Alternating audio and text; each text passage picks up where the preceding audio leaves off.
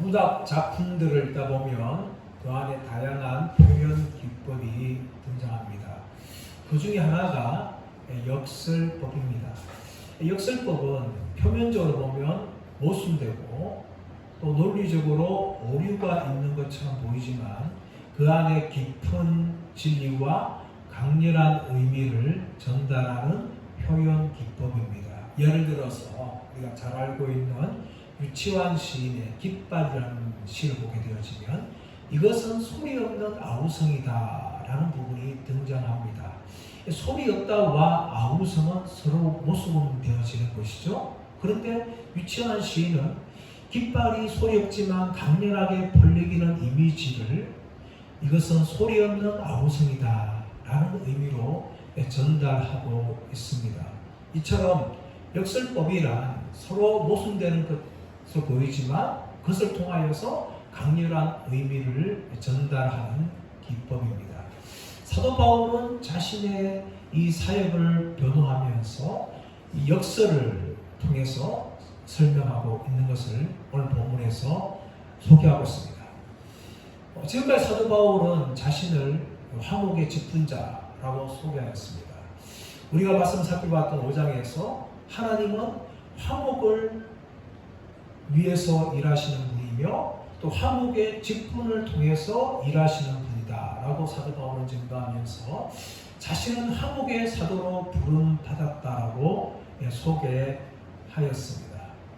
그리고 고린도 교회를 향하여서 너희는 하나님과 화목하라 라고 말합니다. 왜냐하면 고린도 교회가 사도 바울이 전했던 복음에서 떠나서 거짓 사도들의 메시지에 미혹되었기 때문입니다.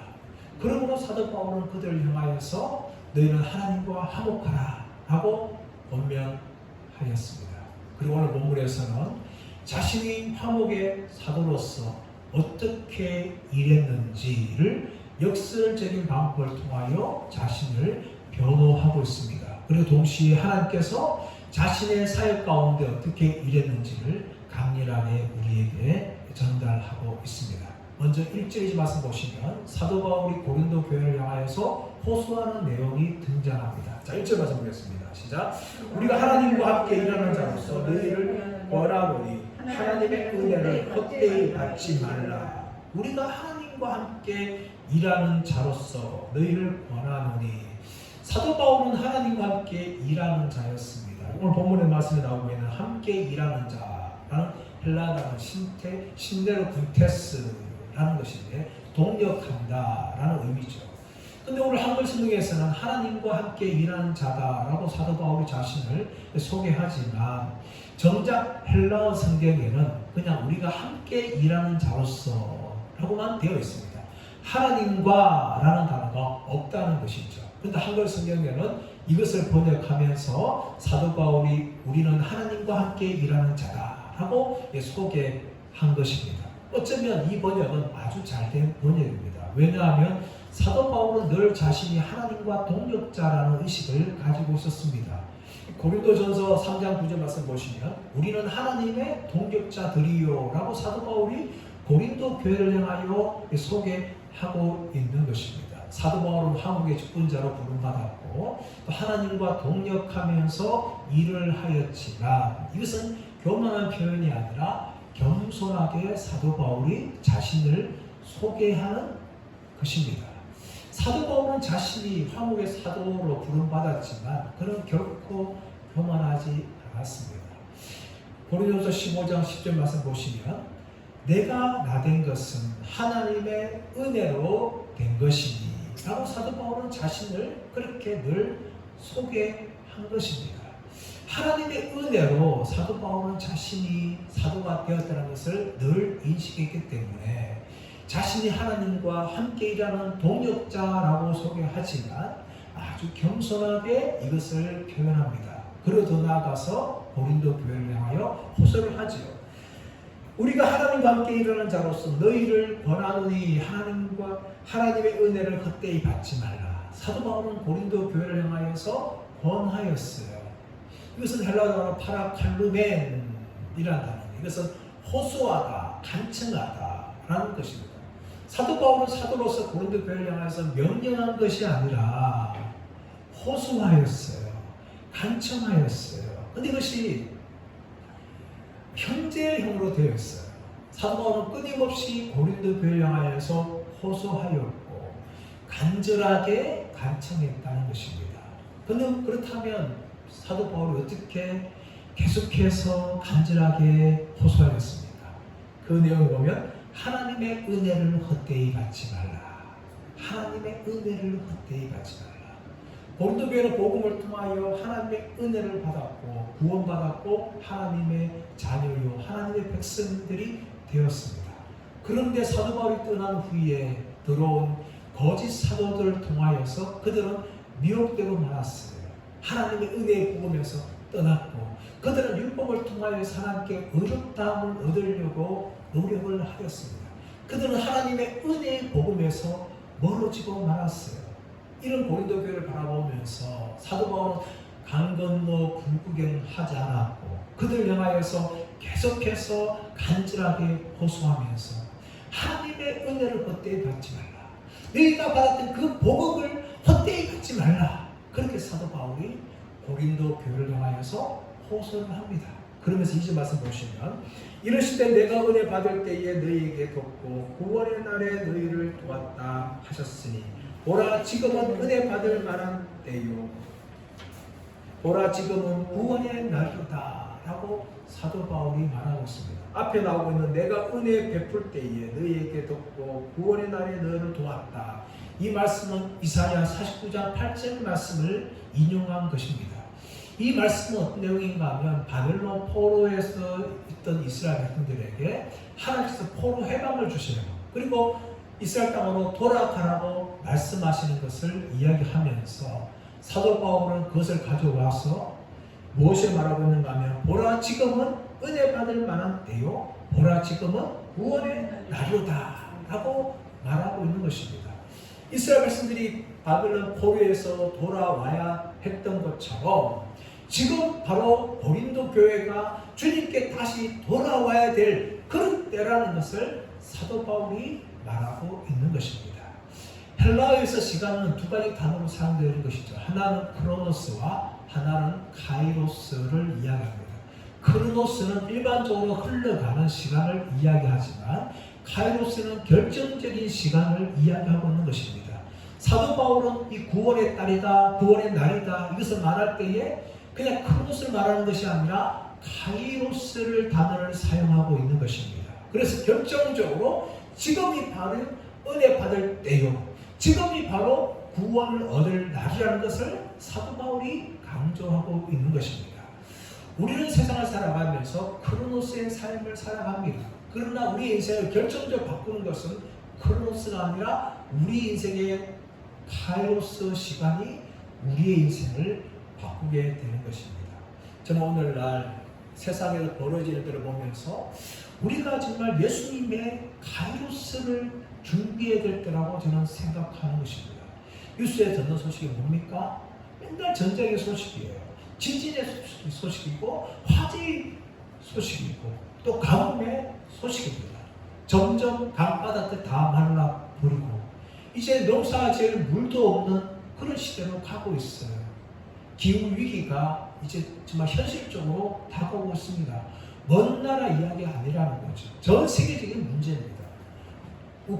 러시아와 우크라이나가 전쟁되어지면 밀농사가 안 되는 거죠. 그러면 전 세계에 식량위기가 찾아오는 것입니다. 이처럼 전 세계에 벌어지는 일들을 보게 되어지면 정말 예수님의 재림이 점점 가까워 오고 있다는 것을 우리는 인식해야 돼요. 그래서 우리가 살아있을 때 예수님의 재림이 있을 수 있다 라는 긴박한 생각들을 가지고 우리의 삶을 살아가야 합니다. 그뿐만 아니라 우리는 우리에게 주어진 시간들을 아끼며 주님을 위해서 최선을 다해서 살아가야 됩니다.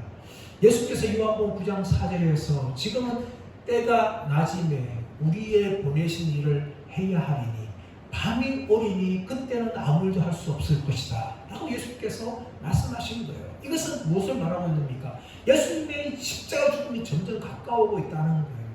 그때가 오면은 더 이상 하나님 나라 사역할 수 없기 때문에 우리에게 주어진 이 시간에 예수님께서 복음 전파의 사명을 감당해야 된다 라는 것을 말씀하고 있는 것입니다.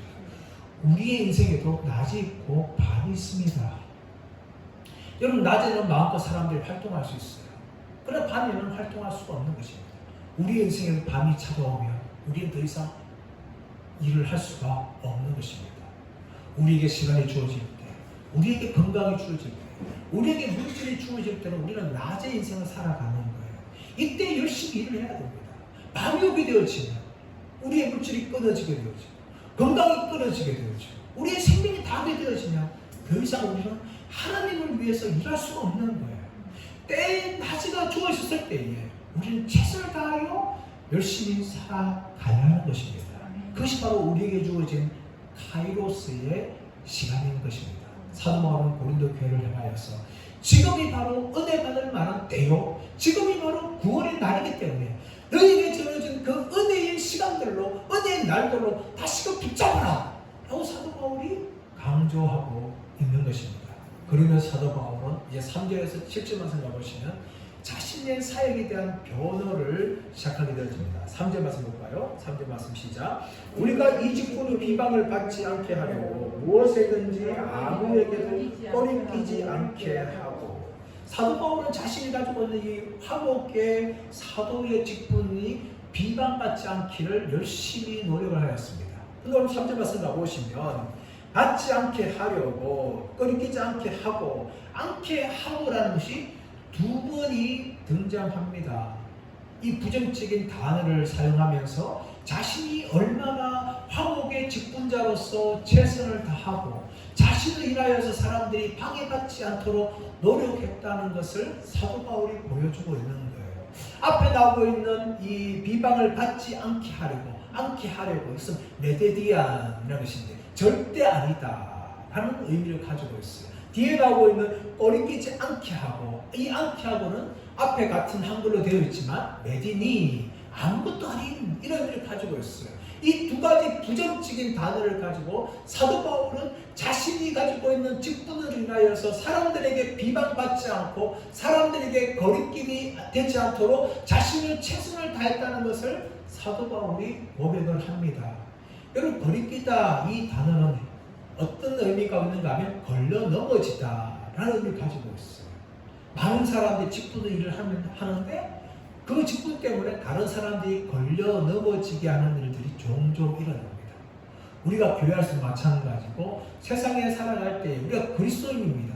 그리스도인인데 그리스도인답게 세상에 살아가지 못할 때에 불신자들은 우리의 말과 우리의 행동 때문에 걸려 넘어지는 거예요. 목회자들도 마찬가지입니다. 목사들은 사실 다른 성도들에게 모범이 되어야 돼요. 삶에 있어서 모범이 되어야 되는데 이 모범이 되어야 될 목사들이 정말 옳지 않은 삶을 살아갈 때에 많은 성도들이 걸려서 넘어지고 시험이 되는 거죠. 우리 부모들도 마찬가지입니다. 가정에 가면 다 믿음의 가정들이에요. 그런데 우리가 아이들 앞에서 위선적인 모습을 보여줄 때에 그 아이들은 우리의 모습을 보고 걸려 넘어지게 되는 거죠. 사도 바울은 자신이 화목의 사도로서 고린도 교회 성도들이 사도 바울 때문에 넘어지지 않게 하려고, 걸려 넘어지지 않게 하려고 사도 바울은 최선을 다했다라고 말하고 있는 것입니다. 자, 4절 말씀 보시면 오직 모든 일에 하나님의 일꾼으로 자청하여 라고 이야기합니다. 오직 모든 일에 하나님의 일꾼으로 자청하여. 지금까지 사도 바울은 스스로 자기를 추천하지 않는다라고 몇 번이나 말하였어요. 근데 오늘 말씀에서는 오직 모든 일에 하나님 일꾼으로 자청하여 라고 이야기합니다. 이것은 어쩌면 모순된 것처럼 보이는데 사도 바울이 왜 4절에서 오직 모든 일에 하나님의 일꾼으로 자청한다라고 이야기하고 있는가 하면 이것은 거짓 사도들처럼 어떤 추천서를 가지고 자신을 향하여 추천하는 것이 아니라 자신이 보여준 이 사도로서의 모든 삶과 모든 헌신들이 바로 고린도 교회들 앞에서 자신 사도 바울을 향한 추천서가 된다는 것을 사도 바울이 말하고 있는 것입니다. 그러면서 사도 바울이 이 사역의 특징을 한 가지로 요약하면 4절 말씀 보면 많이 견디는 것이라고 이야기합니다. 많이 견디는 것. 한마디로 인내했다는 거죠.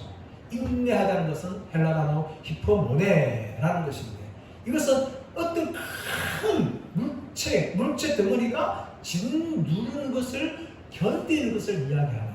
견디는 것. 이런 견디는 것은 그냥 인간적으로 견디는 것이 아니라 사도 바울은 믿음과 소망과 기쁨을 가지고 견디고 있어요. 자신의 사역을 통하여서 고린도 교회의 성도들이 얼마나 유익을 얻게 될지 그것을 바라보면서 믿음을 가지면서 또 소망을 가지면서 기뻐하면서 사도 바울은 자신이 주어진 그 모든 상황들을 견뎌냈어요. 그래서 이 견딤은 비굴한 견딤이 아니라 의기양양한 견딤이었습니다. 이런 견딤들이 이제 4절 후반절에서 이제 소개되어지는데, 자 4절 후반절 말씀 가보시면 환난과 궁핍과 고난이라고 이야기합니다. 첫 번째 사도 바울이 견딘 것을 이야기하고 있는데, 사도 바울은 무엇을 견딘가 하면 환난을 견뎠어요. 그리고 궁핍을 견뎠어요. 고난을 견뎠습니다. 이 환난이라는 것은 들리시스라는 단어입니다. 이것은 영적인, 정신적인, 육체적인 고난을 다 포함하는 것입니다. 사도행전 14장 22절 말씀 보시면 우리가 하나님 나라 들어가기 위해서는 많은 환난을 당해야 할 것이다 라고 사도 바울이 말하였듯이 사도 바울은 가는 곳곳마다 수많은 환난들을 당하였습니다. 이어지는 말씀 보시면 궁핍이에요. 궁핍. 이것은 그러니까 물질적인 어려움을 말할 수 있지만 성도들이 세상을 살아가는 데 있어서 당하는 모든 고통과 어려움들을 이야기하고 있는 것입니다. 세 번째는 고난이죠. 고난. 이것은 무엇인가 둘 사이에 꽉 끼는 상태예요. 꽉 끼어가지고 꼼짝달싹 하지 못하는 그런 상태를 고난이라고 사도 바울이 말하고 있는 것입니다. 사도 바울이처럼 환난을 견뎠고 궁핍을 견뎠고 그리고 고난을 견뎠습니다. 두 번째로 5절 말씀 보시면 매맞음과 갇힘과 난동, 매맞음과 갇힘과 난동을 견뎠어요. 사도 바울은 복음을 전하면서 많은 사람들로 매를 맞았습니다. 그리고 난동, 갇힘은 대표적으로 사도행전 16절 말씀 가보시면 빌립보에서 복음을 전가하다가 사도 바울은 매를 맞고 감옥에 갇혔습니다. 그리고 난동이라는 거죠. 이 난동이라는 것은 에베소서 19장, 사도행전 19장 말씀 가보시면 에베소에서 복음을 전가할 때 데메드리라는 은장색이 일으킨 난동. 그뿐만 아니라 사도 바울은 가는 곳곳마다 유대인들의 이 대적을 통하여서 그들이 폭동을 일으키는 것을 수없이 이 경험을 하였습니다. 사도 바울은 두 번째로 무엇을 견뎠는가 하면 매맞음을 견뎠고 갇힘을 견뎠고 난동을 견뎠습니다. 세 번째 보시면 5절 하반절 말씀 나오시면 수고로움과 자지 못함과 먹지 못하는 가운데서 사도 바울은 무엇을 견뎠습니까? 수고로움을 견뎠어요. 수고로움. 이 수고로움 단어는 코포스라는 것인데 힘에 지나도록 견디는 수고를 말합니다. 그런 많은 수고를 사도 바울이 견뎠어요. 그뿐만 아니라 자지 못함 그리고 먹지 못함을 견뎠습니다. 이것은 세 가지를 함께 가는 거죠. 사도 바울이 복음을 전가하면서 사도 바울은 정말 힘을 다하여서 그렇게 고생하면서 복음을 전가했고 그러다 보니까 때로는 잠을 자지도 못하는 고생을 당하였고 때로는 먹지 못하는 어려움을 견뎠습니다. 사도 바울은 두 발로 돌아다녔는데 사도 바울이 가는 곳마다 지금처럼 뭐 맛집이 있는 것도 아니고 정보가 있는 것도 아닙니다. 잠자가 있는 것도 아니었어요. 사도 바울은 그로 인하여서 수많은 배고픔을 당해야 됐고 또 제대로 잠을 자지도 못하였습니다. 우리가 누가복음 말씀을 살펴보았듯이 예수님께서 갈릴리에서 예루살렘 올라갈 때에 어떤 사람이 와서 주여 내가 당신을 따르는 제자가 되고 싶구나 그렇게 말할 때에 인자는 머리 둘 곳이 없다. 공중에서도 집 있고 여우도 굴이 있는데 인자는 머리 둘 곳이 없다 라고 예수님께서 말씀하셨습니다. 그와 같이 사도 바울은 가는 곳곳마다 이 수많은 고생을 하였고 또 잠을 제대로 자지 못하였고 먹지 못하는 그런 고생을 사도 바울이 자발적으로 당하면서 고난을 당하였다는 것이죠. 근데 하지만 사도 바울은 이런 부정적인 요소가 있는 것이 아니라 긍정적인 요소도 있다는 걸 소개하는데, 자 6절 말씀 보시면 깨끗함과 지식과 오래 참음이라고 얘기합니다. 깨끗함과 지식과 오래 참음. 사도 바울은 깨끗했어요. 물질적 깨끗하였습니다. 그는 흠이 없는 사역자였어요. 깨끗한 자였죠. 지식이라는 것은 이것은 하나님의 말씀에 대한 지식입니다. 사도 바울은 이 구약 성경에 대한 탁월한 지식을 가지고 있었고 또 그 구약을 통해서 예수 그리스도께서 이 땅에 오실 구주라는 것을 담대하게 증거를 하였습니다. 그뿐만 아니라 사도 바울은 오래 참았어요.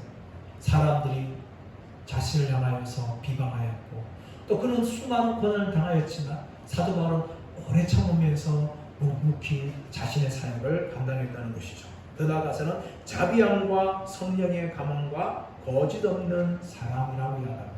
사도 바울은 자신을 비난하고 자신을 공격하는 사람들을 용서하였고 그들을 품어주었습니다.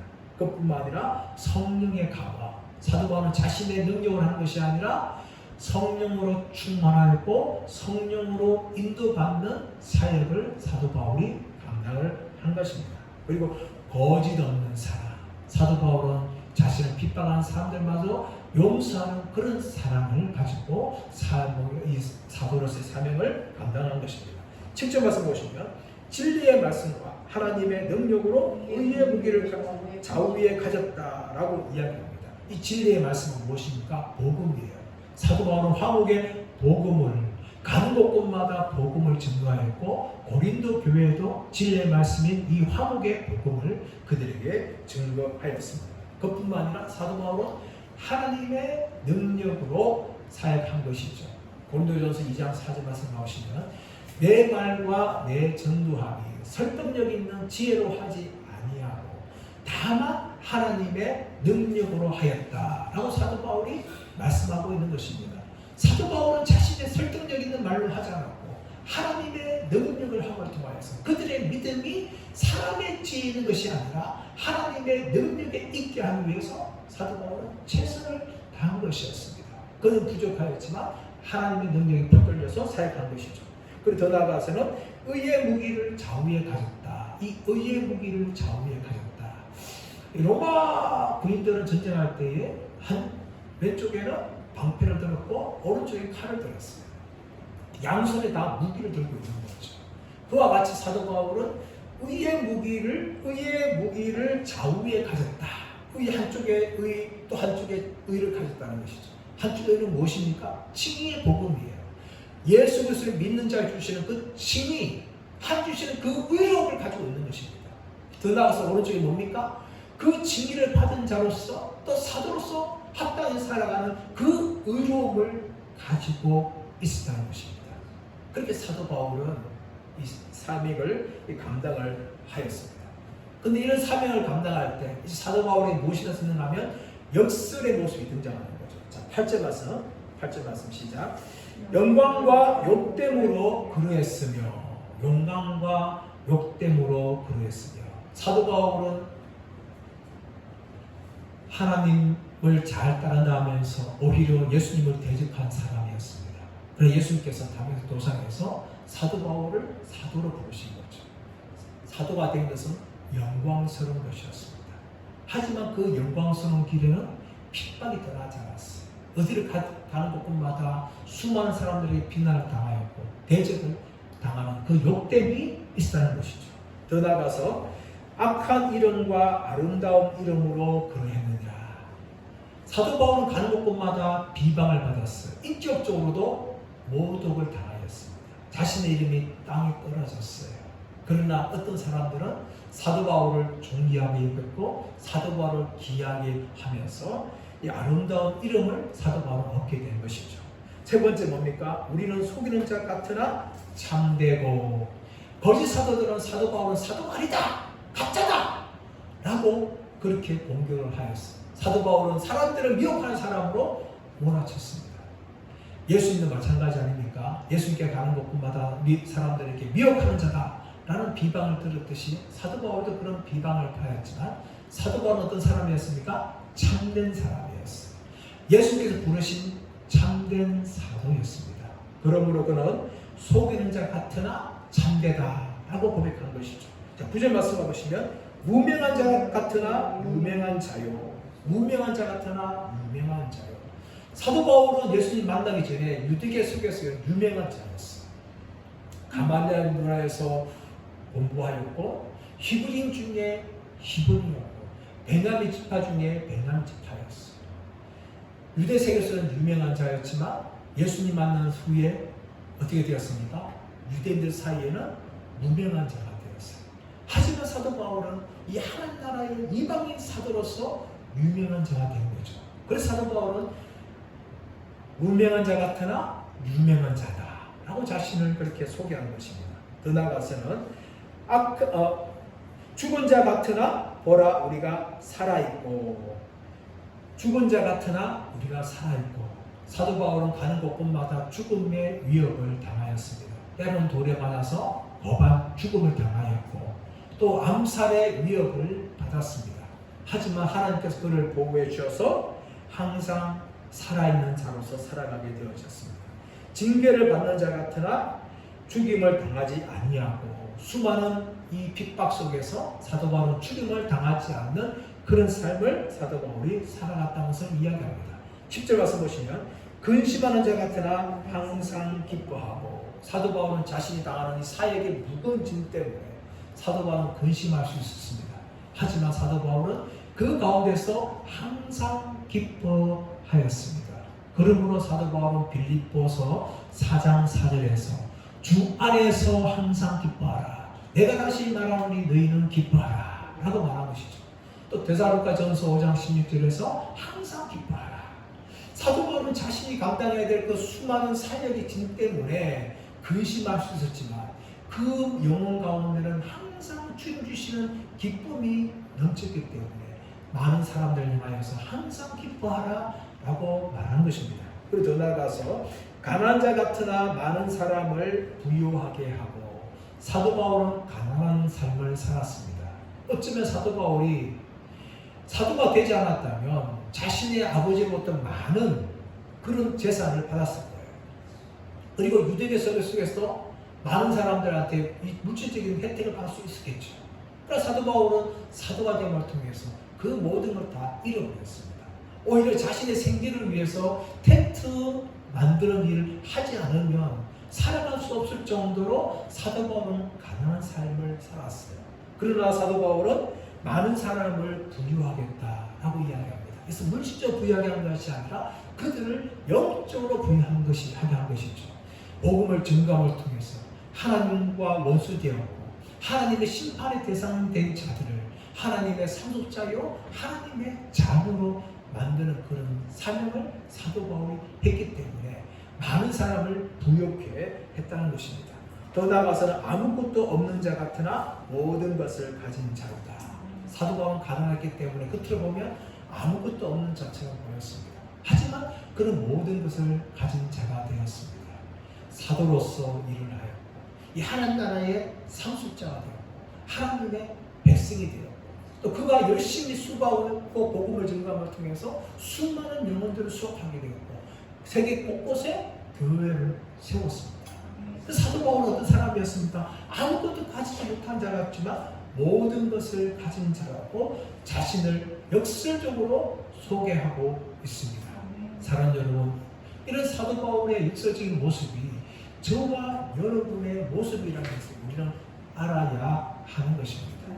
우리가 세상적으로 가난할 수 있지만 여러분 우리는 하나님의 상속자입니다. 세상에서 낮은 자가 될 수 있지만 우리는 하나님의 자녀라는 존귀한 직분을 가진 것입니다. 또 세상에서 많은 힘든 일을 당하지만 성령님이 우리 안에 함께 하시는 이런 자가 바로 저와 여러분이에요. 역설적인 신분이 바로 우리의 신분 되는 거죠. 그뿐만 아니라 우리는 이 땅에서 역설적인 삶을 살아가게 되는 것입니다. 세상에 살아가지만 우리는 세상 속에서만 사는 것이 아니에요. 하나님 나라를 바라보며 살아갑니다. 이 땅에서 가난할 수 있지만 우리는 하나님의 상속자로서 우리에게 주어질 것들을 바라보며 살아가야 하는 것입니다. 많은 사람은 이 땅의 전부에서 살아가지만 이 땅의 전부가 아니라는 것을 우리가 알고 있기 때문에 결코 이 땅에서 우리가 가진 것 때문에 우리가 낙심하지 말아야 되는 것입니다. 이미 우리는 역설적인 신분을 가진 자로서 이 땅에서 역설적인 삶을 살아가라고 하나님이 우리를 부르신 것입니다. 사랑하는 여러분, 사도 바울이 역설적인 신분을 가지고 역설적인 삶을 살아갔듯이 저와 여러분이 이 땅에서 사도 바울처럼 역설적인 신분을 가지고 역설적인 삶을 살아가는 귀한 분들 되시기를 예수의 이름으로 축원합니다.